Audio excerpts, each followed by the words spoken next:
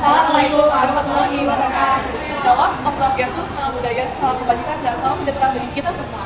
Jadi pada hari ini kita sedang mengadakan pengamalan Pancasila di SMA Global Pesantren Mandiri untuk memenuhi tugas pendidikan Pancasila.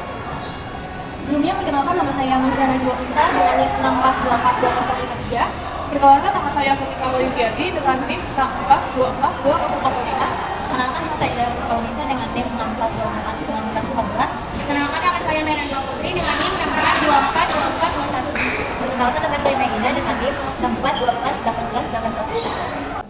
Shalom, Om Swastiastu, Nama Budaya, Salam Kebajikan, dan Salam Sejahtera bagi kita semua. Kami dari Universitas BMI di Turki, di sini kami ingin memperkenalkan tentang pengamalan Pancasila sila ketiga. Jadi kami ingin menyampaikan tentang merajutnya Nusantara satu dalam persatuan. Di sini tahu nggak? Kalau udah ngomongin tentang merajut Nusantara, kita bakal bahas apa? Salah sih. Di sini aku mau perkenalkan tentang Bhinneka Tunggal Ika. Nah, Bhinneka Tunggal Ika sendiri adalah semboyan nasional yang udah dari lama ada di Indonesia, yang artinya berbeda-beda tetapi tetap satu juga. Dari bahasa Jawa kuno yang diambil dari kitab Sutasoma, karya Empu Tangtular pada abad ke-14. Ya, di sini di dalam kitab itu sendiri menekankan persatuan dan keberagaman yang budaya yang ada di Indonesia. Nah, buat Bhinneka Tunggal Ika nih, ada yang tahu nggak sih ada berapa butir di sila ketiga? Ada yang tahu nggak sila ketiga tuh buat berapa butir? Berapa butirnya dulu deh? Siapa yang berapa? Merupakan rasa cinta kepada tanah air dan bangsa. Iya. Oh iya. Ya udah deh. Bisa ada. Nah, semboyan Bhinneka Tunggal ini, Bhinneka Tunggal Ika, udah tercantum di lambang negara, yaitu di Garuda Pancasila dan berfungsi sebagai alat dasar persatuan bangsa Indonesia, dan terdapat di kaki huruf Garuda Ika. Jadi kita harus selalu mengingat kalau Bhinneka Tunggal Ika itu selalu identik dengan bahasa Indonesia. Tunggal Ika itu pertama kali ditemukan di abad ke-14 Masehi di Pulau Jawa. Nah, lebih tepatnya itu pada masa Kerajaan Majapahit. Nah, semboyan ini pertama kali udah ditemui di dalam kitab Katawi Sutasoma karyanya Empu Tangtular. Apa yang dijelaskan oleh itu banget kan? Bhinneka Tunggal Ika itu walaupun berbeda-beda tapi kita masih satu. Indonesia kaya banget kan ternyata. Nah, selanjutnya ini tentang keberagaman. Indonesia tuh banyak sekali kekayaannya selain dengan alamnya. Indonesia juga punya keberagaman sukunya ya kan.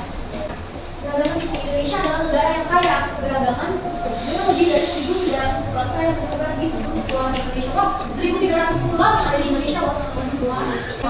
Nah, apa sih kira-kira faktor yang menyebabkan keberagaman suku ini di Indonesia? Nah, faktor yang pertama itu ada geografis. Itu di pulau menyebabkan isolasi antar kelompok. Maksudnya adalah Indonesia itu mengalami setiap pulau atau daerah itu memiliki kondisi geografisnya yang unik.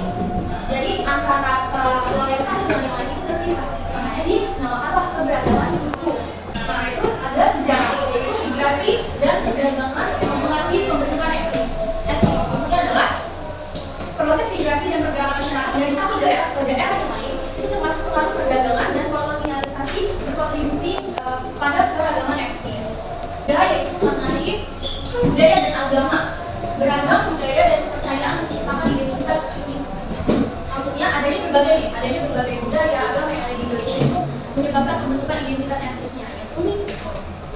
Terus keempat, ekonomi. Sumber daya akan mempengaruhi cara hidup masing-masing suku. Maksudnya suku di Indonesia ini seringkali memiliki cara hidup yang berbeda berdasarkan sumber daya alam dan ekonomi yang tersedia di daerah mereka. Seperti apa? Seperti pertanian, perikanan, dan lain sebagainya.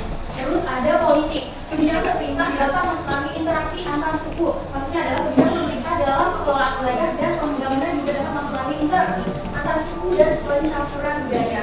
Ini kan ada keberagaman suku, sekarang keberagaman agama. Indonesia merupakan negara yang kaya akan keberagaman agama, di mana 6 agama utama yang diakui secara resmi oleh pemerintah yaitu Islam, Kristen, Protestan, Katolik, Hindu, Buddha, Konghucu. Dari tiap agama ini mereka memiliki hari besar masing-masing, terus tradisinya masing-masing, ya kan? Terus toleransi atau beragama ini sangat penting. Untuk apa? Kita bisa menjaga perdamaian, kerukunan, persatuan antar bangsa dan masyarakat ini diharapkan. Kita sebagai anak bangsa, kita sebagai Indonesia yang baik, diharapkan sangat-sangat diharapkan kita saling menghormati, kita saling menghargai. Walaupun kita berbeda agamanya, walaupun kita berbeda ibaratnya ada istiadatnya, tapi kita harus tetap menghormati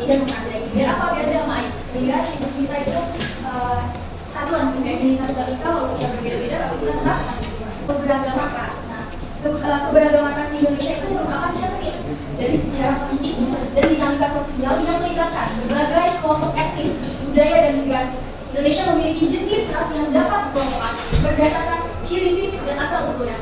Berikut ada beberapa ras, ada ras Mongoloid, ada ras Nesoid, ada ras Kaukasoid, dan ada ras Pedroid. Nah, apa sih ras Mongoloid itu? Ini menjadi dua, ada Asiatic Mongoloid, terus ada Malayan Mongoloid.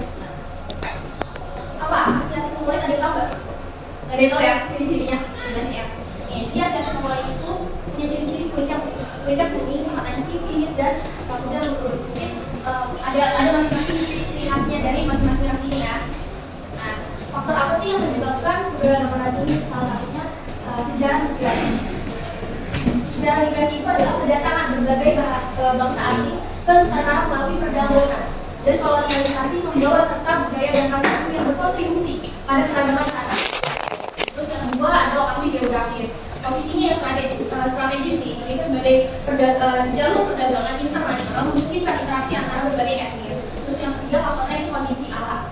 Berbagai kondisi alam itu yang menyebabkan di setiap daerah menciptakan variasi dalam budaya dan adat istiadat masyarakatnya masing-masing. Sekarang ada keragaman bahasa Indonesia sebagai bahasa nasional semua digunakan oleh semuanya.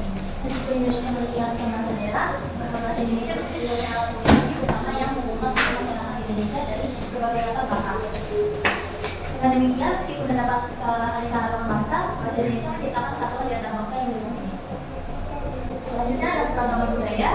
Budaya adalah keseluruhan cara hidup termasuk sistem nilai, norma, adat istiadat, kebudayaan, seni, bahasa dan praktik yang diwariskan dari generasi ke generasi dalam suatu masyarakat.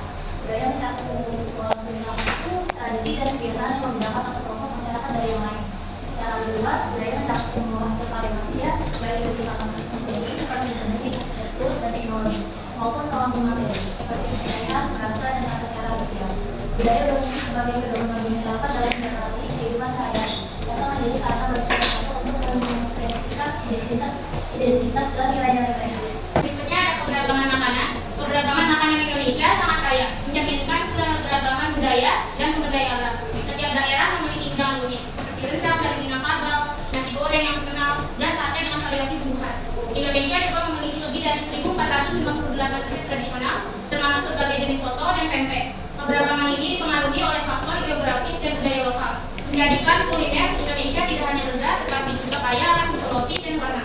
Keberagaman festival. Indonesia memiliki keberagaman festival budaya yang sangat luas dan beragam, mencerminkan kekayaan budaya dan tradisinya. Beberapa festival budaya yang menarik dan penting di Indonesia adalah yang pertama ini ada Festival Budaya Lembah Baliem. Festival Budaya Lembah Baliem ini terdapat di Papua. Festival ini menampilkan perang budaya antara suku Dani, Tani, dan Yawi, disertai dengan pertunjukan tari, musik, dan pameran seni yang memukau. Festival budaya ini tidak hanya menghibur, tetapi juga mengedukasi para pengunjung tentang keunikan dan keindahan warisan budaya yang dimiliki oleh setiap daerah di Indonesia. Pentingnya Bhinneka Tunggal Ika. Bhinneka Tunggal Ika yang berarti berbeda-beda tapi tetap satu adalah sebuah nasional Indonesia yang mencerminkan keragaman ras, suku, agama, dan bahasa. Pentingnya Bhinneka Tunggal Ika dapat dilihat dari beberapa aspek yang sering dibahas ada 5. Yang pertama adalah persatuan dalam keberagaman. Sebuah ini menegaskan bahwa meskipun Indonesia terdiri dari berbagai suku dan budaya, semua warga negara memiliki kesamaan sebagai bangsa Indonesia. Hal ini penting untuk menjaga persatuan dan menghindari konflik antar kelompok. Yang kedua ada identitas nasional. Bhinneka Tunggal Ika membantu membentuk identitas nasional yang inklusif. Ini memungkinkan masyarakat untuk merayakan perbedaan mereka sambil tetap merasa bagian dari suatu kesatuan bangsa. Yang ketiga adalah stabilitas sosial. Dengan menghargai perbedaan, masyarakat cenderung lebih toleran menghargai satu sama lain dan berkontribusi pada stabilitas sosial dan perdamaian. Bhinneka Tunggal Ika memiliki beberapa prinsip penting dalam konteks kehidupan berbangsa dan bernegara di Indonesia. Yang pertama ada memperkuat persatuan, yang kedua adalah mendorong toleransi, yang ketiga mengembangkan identitas nasional, yang keempat menjaga stabilitas sosial, dan yang terakhir adalah mendorong partisipasi dan kerjasama. Yang keenam ada menunjukkan pembangunan berkelanjutan. Secara keseluruhan, Bhinneka Tunggal Ika berfungsi sebagai dasar untuk menciptakan masyarakat harmonis dan sejahtera di Indonesia. Ya udah, sekian dari kami. Jalan-jalan ke Jakarta jangan lupa membeli pulsa. Terima kasih atas perhatiannya dan see you next time teman-teman.